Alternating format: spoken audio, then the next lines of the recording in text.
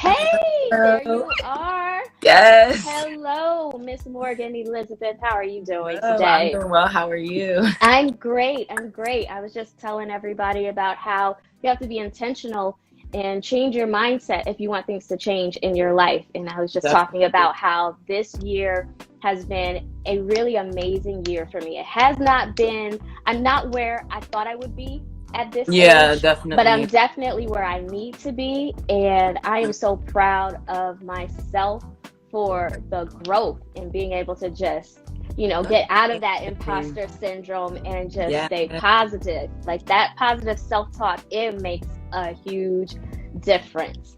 But definitely. happy Friday to you. Happy Friday to you too.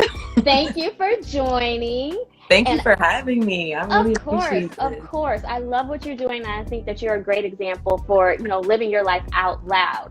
So, we like to start this show with something called Thinking Baps Are Thankful. And Okay. Baps, for anyone who doesn't know, is a Black American princess, which we Yeah. are. And so, ma'am, what are you thankful for on this week, Miss Morgan Elizabeth? Ooh, that's good. Shoot, I feel like I'm thankful for so many things. Honestly, life, health, strength first. Right?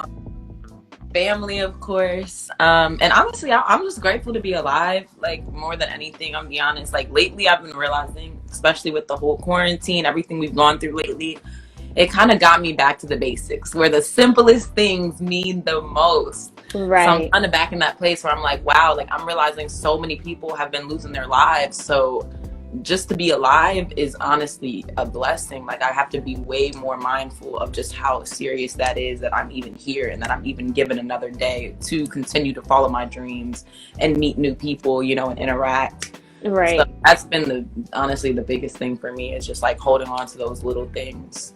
The little things are important. Yeah, I definitely agree with you because that attitude of gratitude, that's something like I have been intentional Mhm. about, like every day when I wake up. Like, that is the first thing. Like, I am thankful to be Mhm. alive. I am thankful, like, my situation may not be what I want it to be, but I'm thankful that I'm not, in something else. Yeah. There's other people who have it worse. And that's the way that you have to really think about your life and look at your life, is just look at what you have, look at the positive, look at the blessings, the things that are happening for you, and the things that are not happening for you. There's a reason it's not happening. And so Hmm. you just have to embrace that. That's why I always say embrace the journey.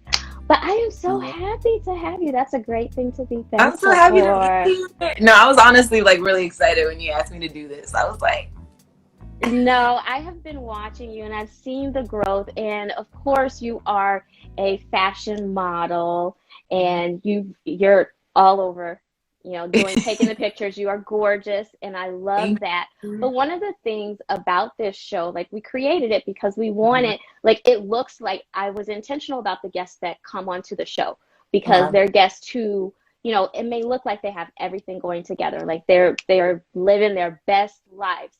But on the inside, those private moments, we've had struggles.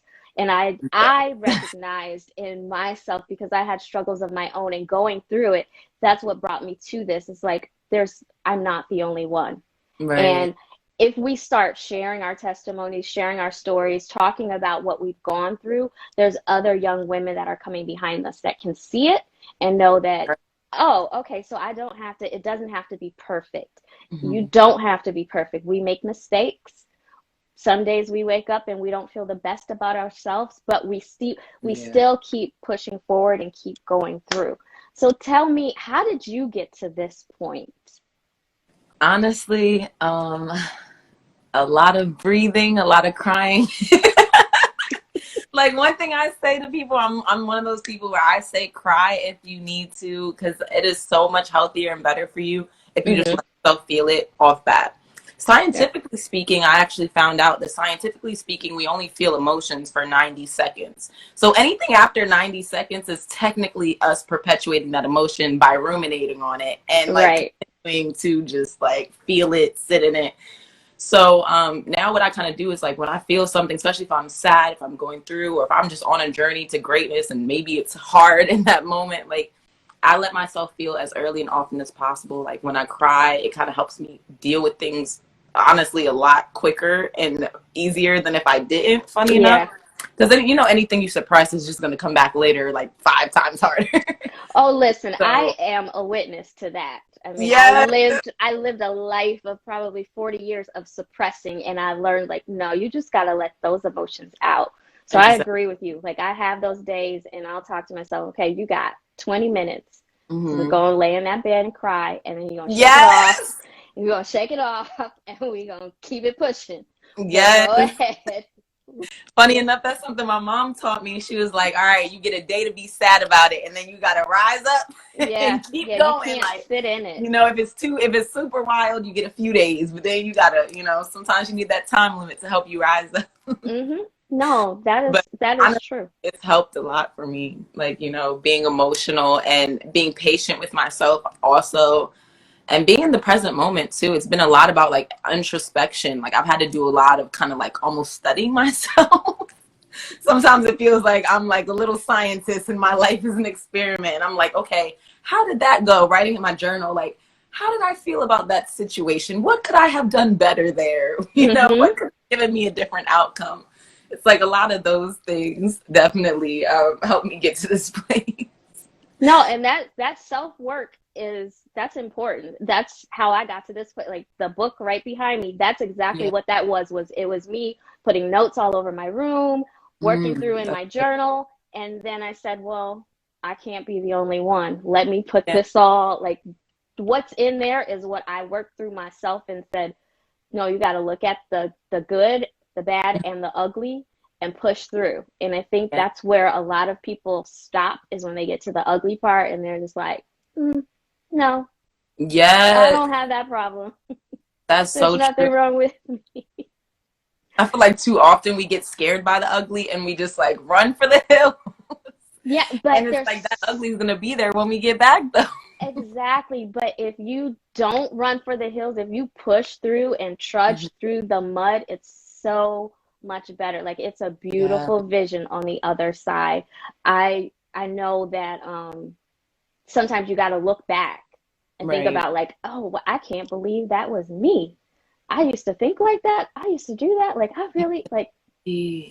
I wish you had it. So I am so proud of you. Let me say that. I'm proud Thank of you you. for this I'm proud journey. of you.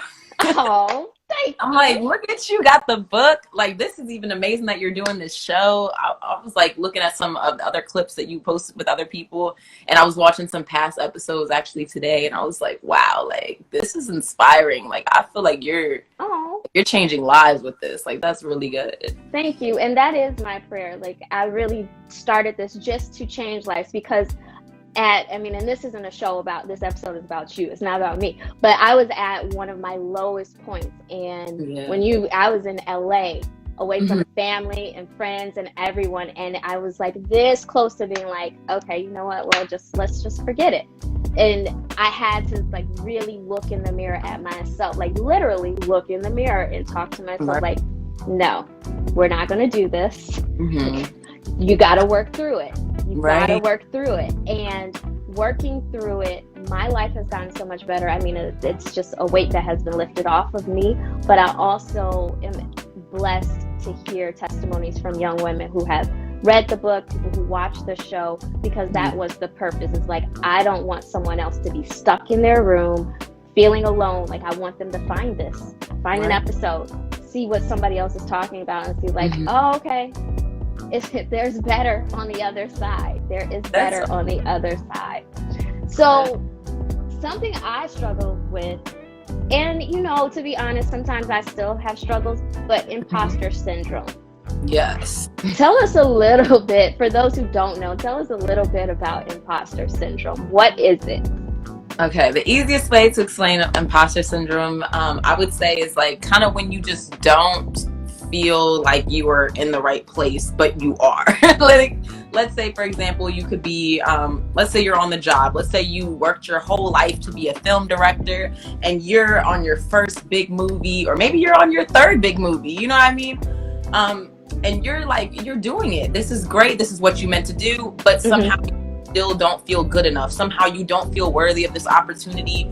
You feel like you're gonna mess up or whatever it may be. It's those doubts, those thoughts that make you feel like you're not where you're supposed to be when you genuinely are. When you worked for something, you earned it. Or sometimes you're just so blessed and gifted that you were meant to be in that space when maybe you don't have the same qualifications as others, but you have that gift, you have that blessing, you have that anointing to be able to do that thing. And you're just kind of psyching yourself out of it. So how do you get over that though? Because I will say, I'm sure I'm not the only one.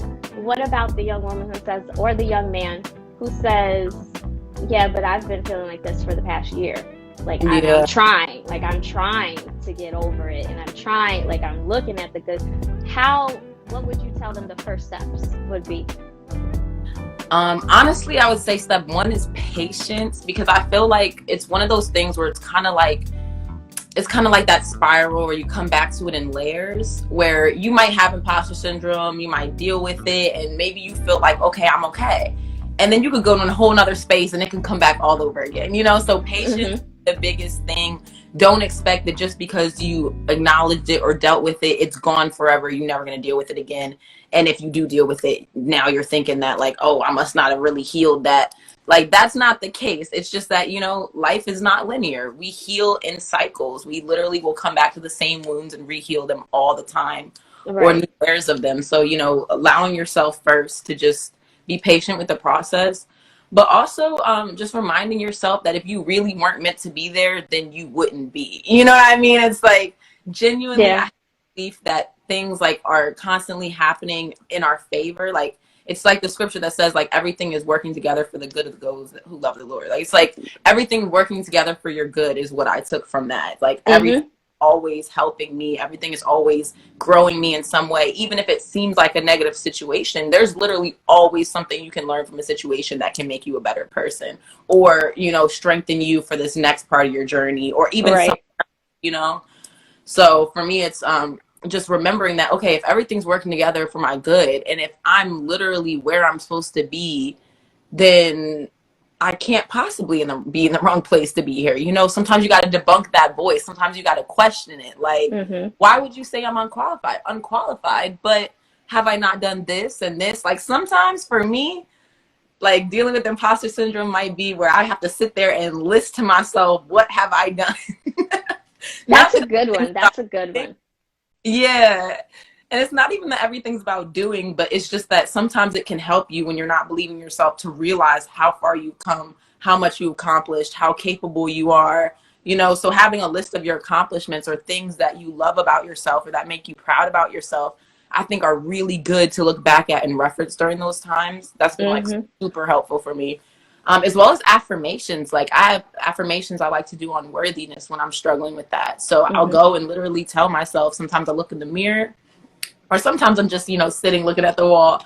But I'll tell myself, like, you are worthy, you are capable, you are born to do this. This is your passion, like, and just affirm that I am in the right place, that I'm doing the right things.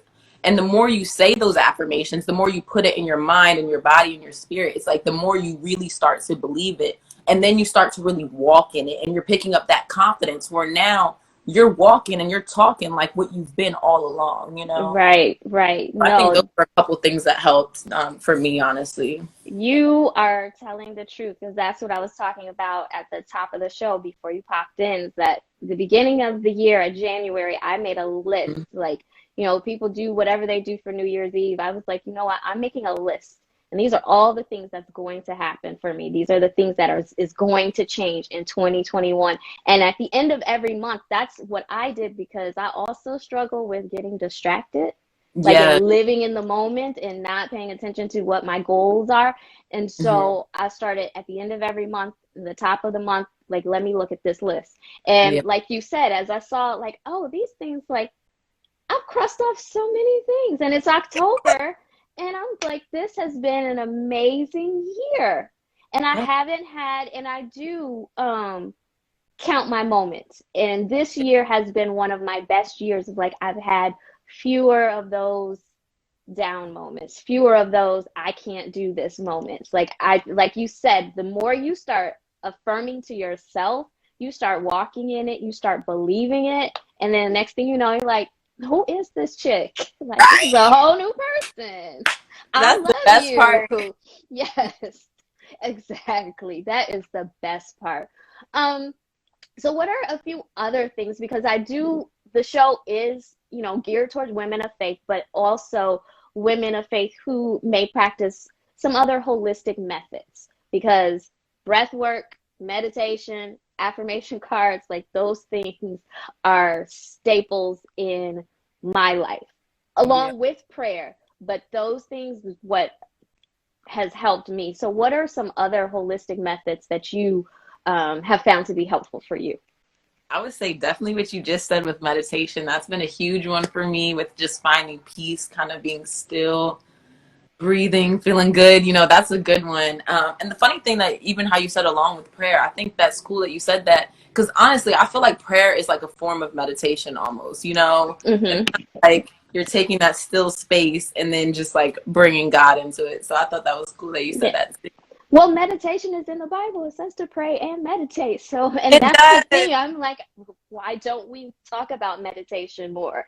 I mean, It's meditation is something that is in the Bible, and it's helpful because you have that voice in your head, and that's the whole, like, meditation for me has helped to quiet that voice. Like, yes, no, definitely. there's nothing coming in, nothing negative can, break this bubble right here, because Right. I've learned to just, and even in the moment, like it may look crazy, but like I'll be back in a minute. Like I can feel, and that's Mm-hmm. what some people don't realize is that anxiety and tension and stress and things like that, you can feel it in your body. So I've started to really be aware of my body, and when I'm in situations or moments that, like, oh, this is a triggering, Mm-hmm. let me step away and do my 10 deep breaths. And okay, that doesn't work. Let's just keep on breathing. Right. Like, I'm just going to keep on. All right, let's Uh, go to 30. But you yes. have to do that. Like, you really have to just walk away for a moment, step away, and just say, let me take a moment and Yeah, breathe and meditate and I get agree. back to myself.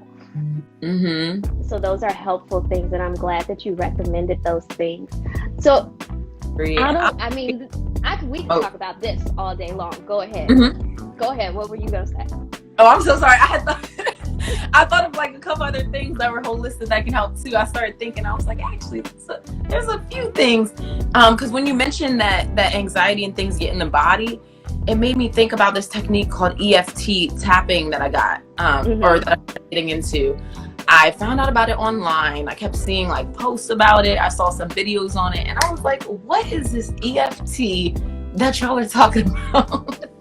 And I believe it stands for emotional frequency tapping, if I believe that is. Yes. But it's a scientific technique where like you're literally tapping like these certain pressure points on your body while affirming yourself. Mm-hmm. So for example, like I might be sad, so I'd say, even though I'm sad, I wholly and completely love and respect myself. And you do it on these different parts. So it's like the top of the head, you have like over here, think here, you can do elbows, hands, and like you literally just go around and you're tapping while you're saying these affirming things to yourself, the chest as well. Mm-hmm. And as you're doing it, it literally helps the body to kind of like integrate whatever emotion or trauma or pain or whatever that you're tapping on.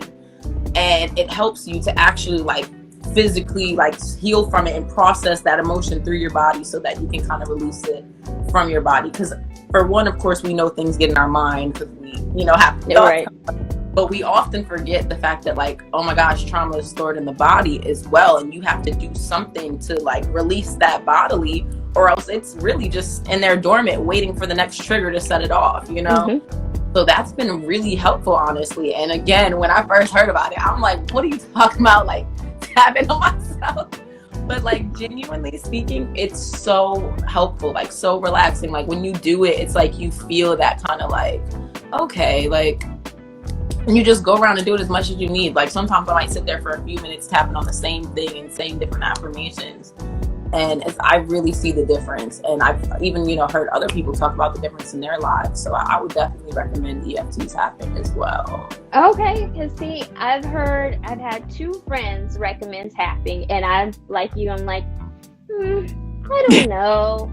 I don't know about that one. But one, I'm glad you brought that up, because that's what I do like. to introduce new things that we haven't heard of. We talk about meditation all the time and Mhm. saying affirmations all the time, but EFT is something that we have not had a guest actually discuss and recommend. I will try it because Oh now yeah, you are the third person to say that like it really, really helps. I will try it and see what I'll let you know yeah. how it I'm gonna say, goes. what you think? I will tell you what I think about it.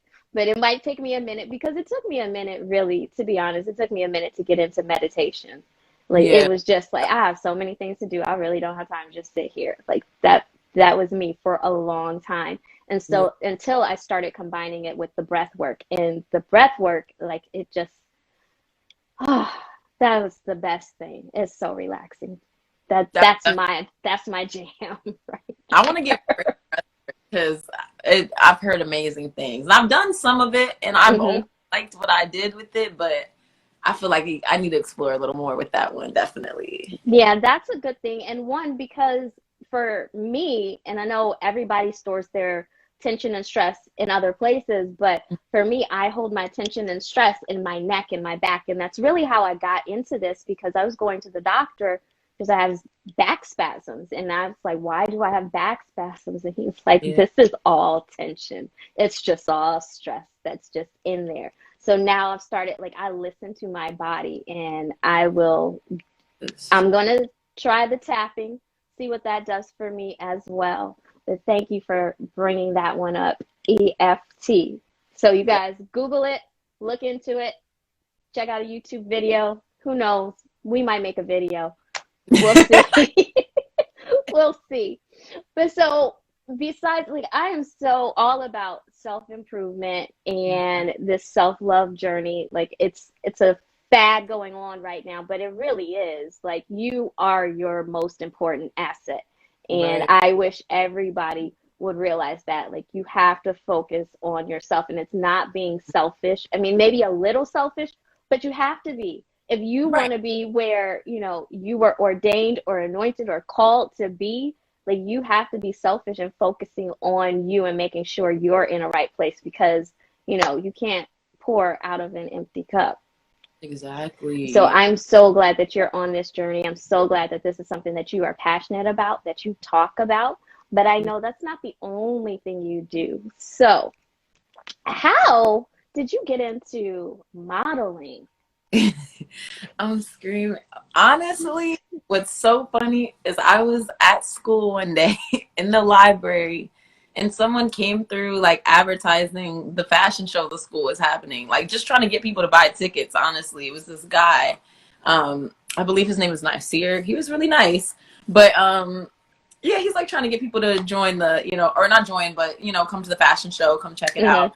And I'm like, So I'm looking at him like, fashion show, when is it? And he's like, oh, it's this Friday. Mind you, it's like early in the school week. So I'm like, is there any way that they might be taking extra models? Like, I don't know. And then he's just like, I mean, you could ask the coordinator, like, here's her IG and gives it to me. So I'm just like, okay.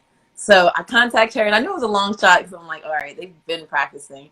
But when I Mm-hmm. contact her, she likes my look. So she was like, come to practice after school. And mind you, this is like college. So this was a few years back, 2018. And she's like, come after school to the practice that we're having and like, let's see what you can do. So I'm like, okay. So I come and had no idea how to really walk or anything, but she just like kind of in the moment showed me the proper form, the proper way that models should walk, and then just let me practice with the other girls and guys. And I don't know, she thought I was really dedicated and she liked my desire to do better. Because I won't say I was that good in the beginning. Like my walk was a little busted, but I think I won her over with my heart. Mm-hmm. So yeah, they put me in the fashion show that weekend, and then she was like so impressed by the fact that I kept trying so hard. Like I was going and just practicing for hours and like staying after practice and just practicing with my heels on like over and over because I really wanted to do well. So she was like, you know what? Like you have more hunger than some of these models that I've been with for a while. So I want you to do another show with us that we have this weekend. And they actually ended up having me do two more shows that weekend. So after I did this show for that school on Friday, I went to a school out of state on Saturday, and then I went somewhere else for like a cultural fashion show on, I believe, that Sunday. So next thing you know, I'm like, oh my God, I just went from doing no modeling. So I just did 3 shows To in one. being booked and busy. I was like, what in the world? So I was just Look like at God. excited. Yeah. And I just wanted to learn more at that point. I'm like, okay, this is awesome. And like going to these colleges has been cool, but like, you know, what else is out there? So then I'm Hmm. finding out that there's like community shows and there's like fashion weeks. And so I'm like, what? I want to do fashion week now. Yes. You Yes. know, like we started practicing for that, training for that. I started doing runway training at a studio. So with the same woman, she actually like pretty much sponsored me. It was really dope. And she just you know, like let me train for free at her studio, just my walks. So I would come in and I would just practice my runway walk in the you know, because it was like the dance mirrors. So yeah, I was just doing that and then looking for castings online, applying to Hmm. them, applying for Fashion Week. And the more I did that, it's like next thing you know, like I keep getting chosen for more things. And then all of a sudden one day it kind of hit me that like, oh my God, wait, I'm a model now. Like I was like, I'm doing it. Like Yes, you're doing it. so that was literally how it started. It was all pretty much just a domino effect from there. It was kind of like I just had to get into it, and once I got into it, I fell in love, and I was like, I just want to do this all the time. Hmm.